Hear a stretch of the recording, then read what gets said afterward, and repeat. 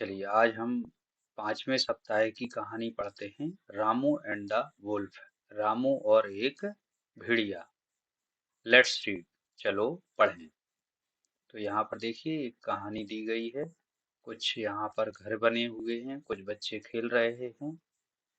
चलिए आगे देखते हैं इस कहानी में। The villagers heard Ramu crying for help. तो गांव वालों ने सुना रामू को चिल्लाते हुए। क्राइंग का मतलब यहाँ पर क्या है? चिल्लाते हुए। फॉर हेल्प, मदद के लिए। They ran toward the hillside. वे दौड़े, कहाँ की ओर दौड़े? हिल साइड की तरफ दौड़े, अर्थात पहाड़ी की ओर दौड़े। टू हेल्प द बॉय, उस लड़के की मदद करने के लिए, अर्थात रामू की मदद करने के लिए गांव वाले दौड़े। कैरिंग बिग स्टिक्स, अर्थात साथ में ले गए थे वो बड़ी बड़ी लकड़ियों को, लाठियों को। इन देयर हैंड्स, अपने अपने हाथों में। When they reached there, they found, जब वो वहां पहुंचे वहां उन्होंने पाया that there was no wolf, कि वहां कोई भेड़िया नहीं था। The sheep were grazing happily, जो भेड़ थी वो बहुत आनंद से ग्रेजिंग कर रही थी, अर्थात चारा खा रही थी। एंड द शेफर्ड बॉय, और जो उनको चराने वाला था, शेफर्ड का मतलब होता है बकरियों को या भेड़ को चराने वाले को शेफर्ड कहा जाता है। तो was playing on a flute, वह बांसुरी पर खेल रहा था, अर्थात बांसुरी बजा रहा था। वेयर इज द वुल्फ, भेड़िया कहाँ है? The villagers asked the boy, गांव वालों ने उस लड़के से पूछा। देयर इज नो वुल्फ, वहां कोई भेड़िया नहीं था। आई वॉज जोकिंग, मैं तो केवल मजा ले रहा था, मैं तो केवल फन कर रहा था। The boy said and laughed, लड़के ने ऐसा कहा और वो हंसा। The villagers became very angry, जो गांव वाले थे वो बहुत ज्यादा क्रोधित हो गए। And return to their work, और अपने अपने कामों पर वापस आ गए। नेक्स्ट डे, अगले दिन, the boy played the same trick, लड़के ने फिर से वही ट्रिक खेली। The villagers again reached there, गांव वाले फिर से वहां पहुंचे। टू हेल्प द बॉय, उस लड़के की मदद करने के लिए। But when they came to know, परंतु जब उनको पता चला that the boy was lying, कि लड़का झूठ बोल रहा था, दे फेल्ट हाईली अनॉयड, तो उन्हें बहुत बुरा महसूस हुआ। वो बहुत गुस्से में आ गए। अनॉयड मीन चिड़चिड़ा गए। एंड वेंट बैक, और वापस गए। टू द विलेज, गांव में। कर्सिंग द बॉय, उस लड़के को बुरा भला कहते हुए। कर्सिंग का मतलब होता है बुरा भला कहना। But on the third day, परंतु तीसरे दिन, a wolf really came there, वहां पर वास्तव में एक भेड़िया आ गया।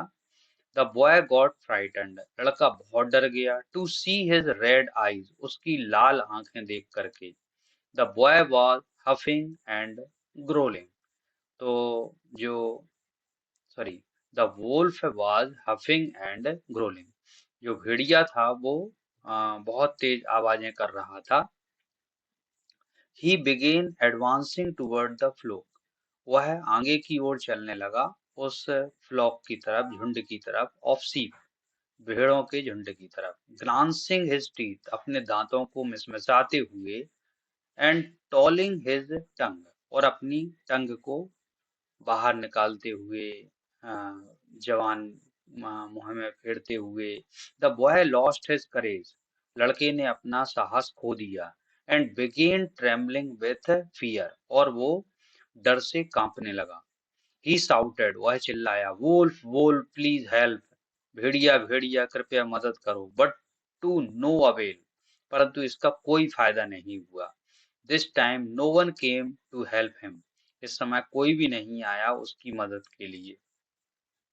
The villagers thought that Ramu was up to his old trick, गांव वालों ने सोचा कि रामू जो है वो अभी भी अपनी पुरानी जो ट्रिक है आजमा रहा होगा, अर्थात वो लोगों को मूर्ख बना रहा होगा। द वोल्फ किल्ड मैनी सीप ऑफ रामू, जो भेड़िया था उसने रामू की बहुत सारी भेड़ों को मार दिया। Ramu return home weeping, Ramu रोता हुआ घर वापस आया। मोरल, नैतिक शिक्षा, people do not trust a liar. लोग कभी भी एक लायर पर विश्वास नहीं करते हैं, झूठ बोलने वाले पर विश्वास नहीं करते हैं। चलिए, अंडरस्टैंडिंग द पैसेज, इस पैसेज को समझ करके कुछ प्रश्नों के उत्तर देते हैं। आंसर द फॉलोइंग क्वेश्चंस, निम्नलिखित प्रश्नों के उत्तर दीजिए। How did the villagers react when they realised the boy had lied? गांव वालों ने कैसा रिएक्ट किया जब उनको पता चला कि लड़के ने उनसे झूठ बोला था? The villagers became very angry, गांव वाले बहुत ज्यादा क्रोधित हो गए थे। And return to their work, और अपने अपने कामों पर वापस आ गए थे। चलिए नेक्स्ट देखते हैं। What happened on the third day? तीसरे दिन क्या हुआ था? तो तीसरे दिन क्या हुआ था, देखिए यहाँ पर थोड़ा सा। हाँ,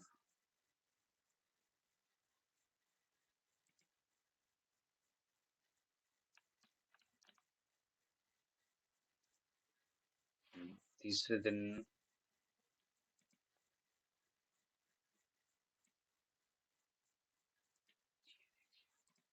हाँ, तीसरे, ऑन द थर्ड डे, तीसरे दिन, अ वोल्फ रियली केम देयर, एक भेड़िया वास्तव में वहां आ गया था। द बॉय गॉट फ्राइटन्ड, लड़का डर गया था। To see his red eyes, उसकी लाल आंखें देख करके। क्वेश्चन नंबर थर्ड है, what did the wolf do in the end? Wolf ने लास्ट में क्या किया था, भेड़िए ने लास्ट में क्या किया था? द वोल्फ किल्ड मैनी सीप ऑफ रामू, भेड़िए ने सीप, बहुत सारी सीप को मार दिया था, जो कि किसकी थी, रामू की थी। चलिए यहाँ पर मैच द कॉलम, अर्थात शब्दों को मैच करना है। रामू, रामू कौन था? प्लेड ट्रिक्स, रामू ने कुछ ट्रिक्स खेली थी, अर्थात लोगों को मूर्ख बनाने की कुछ योजनाएं बनाई थी। विलेजर्स, विलेजर्स का क्या बनेगा?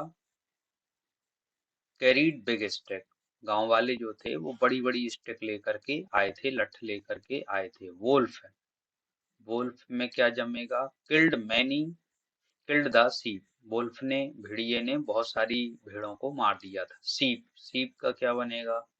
सीप वर किल्ड, भेड़ें मारी गई थी, तो इसका ये बन जाएगा। मोरल, मोरल क्या है? People do not trust a liar, लोग एक लायर को ट्रस्ट नहीं करते हैं, झूठ बोलने वाले को ट्रस्ट नहीं करते हैं। ये सभी सही जोड़ियां आपको यहाँ आंसर में नीचे लिखना है, सही जोड़ियां बना करके नीचे लिखना है। चलिए, फिल इन द ब्लैंक्स, खाली स्थान भरो। तो फर्स्ट खाली स्थान में क्या है? द, खाली स्थान, carrying big stick in their hand, कौन लेकर के आया था बड़ी बड़ी लट्ठों को अपने हाथों में? विलेजर्स, तो यहाँ पर विलेजर्स पड़ेगा। Ramu played a trick when the villagers came the first time, तो रामू ने क्या बनाया था? मूर्ख बनाया था, उसने एक योजना बनाई थी लोगों को मूर्ख बनाने की। First day, on the third day the wolf had frightened, frightening red eyes, मतलब third day wolf had frightening red eyes, मतलब डरावने लाल आंखें उसकी थी, भेड़िए की। The boy began trembling with fear, लड़का जो था वो डर से क्या होने लगा था? कांपने लगा था। तो कांपने को इंग्लिश में क्या बोला जाता है? Trembling. The moral of the story, इस कहानी का शीर्षक है या सार है, people do not trust a liar, लोग लायर को ट्रस्ट नहीं करते हैं, लायर पर विश्वास नहीं करते हैं, झूठ बोलने वाले पर विश्वास नहीं करते हैं। Find one word for the following from the above passage, इन सभी सेंटेंसेस के लिए आपको एक वर्ड देखना है, जैसे फीलिंग इरिटेटेड और बॉदर्ड बाय समथिंग, बहुत ज्यादा चिड़चिड़ाहट महसूस करना या किसी चीज से चिढ़ना, उसको अंग्रेजी में क्या बोला जाता है? अनॉयड, क्या बोला जाता है? अनॉयड। नेक्स्ट है using bad words to express anger, अगर आप किसी के प्रति गुस्सा में हैं तो बैड वर्ड्स यूज करते हैं, उनको अंग्रेजी में क्या बोला जाता है? कर्स। फीलिंग स्केयर्ड और अफ्रेड, बहुत ज्यादा डर जाना, तो उसको अंग्रेजी में क्या बोला जाता है? Frightened. A gentle form animal covered with word, एक साधारण सा जानवर जो कि वर्ड से वह मतलब कवर्ड रहता है, तो उसको क्या बोला जाता है? सीप बोला जाता है। The ability to be brave and face fear or difficulties, मतलब कोई बहादुर बना रहे, डर से सामना करे तो उसको अंग्रेजी में क्या बोला जाता है? करेज बोला जाता है, साहस बोला जाता है। चलिए लेट्स लर्न ग्रामर। चलो ग्रामर सीखते हैं। यहाँ पर कुछ वर्ड्स दिए गए हैं, जैसे प्रपोजिशन यहाँ पर दिए गए हैं। यहाँ पर प्रपोजिशन टाइम से रिलेटेड, यहाँ प्लेस से रिलेटेड प्रपोजिशन दिए गए हैं, ये टाइम से रिलेटेड प्रपोजिशन दिए गए हैं, ये डायरेक्शन और मूवमेंट से रिलेटेड प्रपोजिशन दिए गए हैं। इनका अध्ययन आप करें जिससे आपको प्रपोजिशन का नॉलेज हो सके। कुछ एग्जाम्पल आपको करके बताए जा रहे हैं। अब देखिए आगे देखते हैं। Look at the picture carefully. ये पिक्चर को आपको केयरफुली देखना है। Fill in the blanks with correct preposition. आपको खाली स्थान भरना है करेक्ट प्रपोजिशन के साथ। देखिए क्वेश्चन की भी हिंदी निकालना जरूरी है। आप केवल अगर आंसर लिख लेंगे तो आप परीक्षा में नहीं समझ पाएंगे कि किसका क्या आंसर है, क्यों है। तो उसके लिए जरूरी है कि आप हिंदी को समझें। द बुक इज, यहाँ पर किताब देखिए टेबल के जस्ट ऊपर रखी हुई है, तो क्या बोला जाएगा? On the table. The fan is moving. Fan चल रहा है, कहाँ चल रहा है? हेड के ऊपर, सिर के ऊपर, तो लेकिन वो थोड़ी दूरी पर चल रहा है, इसलिए क्या बोलेंगे? ओवर बोलेंगे। The birds are flying. पक्षी उड़ रहे हैं, जैसे ट्री के ऊपर उड़ रहे हैं तो थोड़ी दूरी पर उड़ेंगे, इसलिए उसको क्या बोलेंगे? Above. The girl is standing under the tree. तो लड़की खड़ी हुई है कहाँ? ट्री के नीचे। अंडर मतलब के नीचे। नेक्स्ट है the cat is under the table. जो बिल्ली है टेबल के नीचे है, under the table. The mouse is between the boxes. तो माउस जो है वो दोनों बॉक्सेस के बीच में है। The cat is in the box. जो कैट है वो बॉक्स के अंदर है। तो इस तरीके से हमने इन सभी प्रपोजिशन का प्रयोग यहाँ पर किया हुआ है। इनको बार बार देखें और समझें। Underline the preposition from the sentence given below. अब इन सेंटेंसेस में आपको प्रपोजिशन के नीचे अंडरलाइन करना है, तो जो आपने प्रपोजिशन अभी पढ़ी हैं उनको समझ करके अंडरलाइन कर दीजिएगा। चलिए आगे देखते हैं। Fill in the blanks with appropriate preposition. इन खाली स्थानों को भरना है सही प्रपोजिशन के साथ। अप्रोप्रिएट का मतलब होता है उचित प्रपोजिशन के साथ।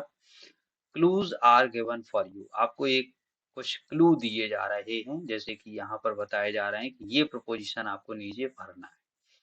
Ravi is swimming in the pond. Ravi तैर रहा है, कहाँ तैर रहा है? पॉन्ड के अंदर, तो क्या बोला जाएगा? In. A dog is jumping over the fence.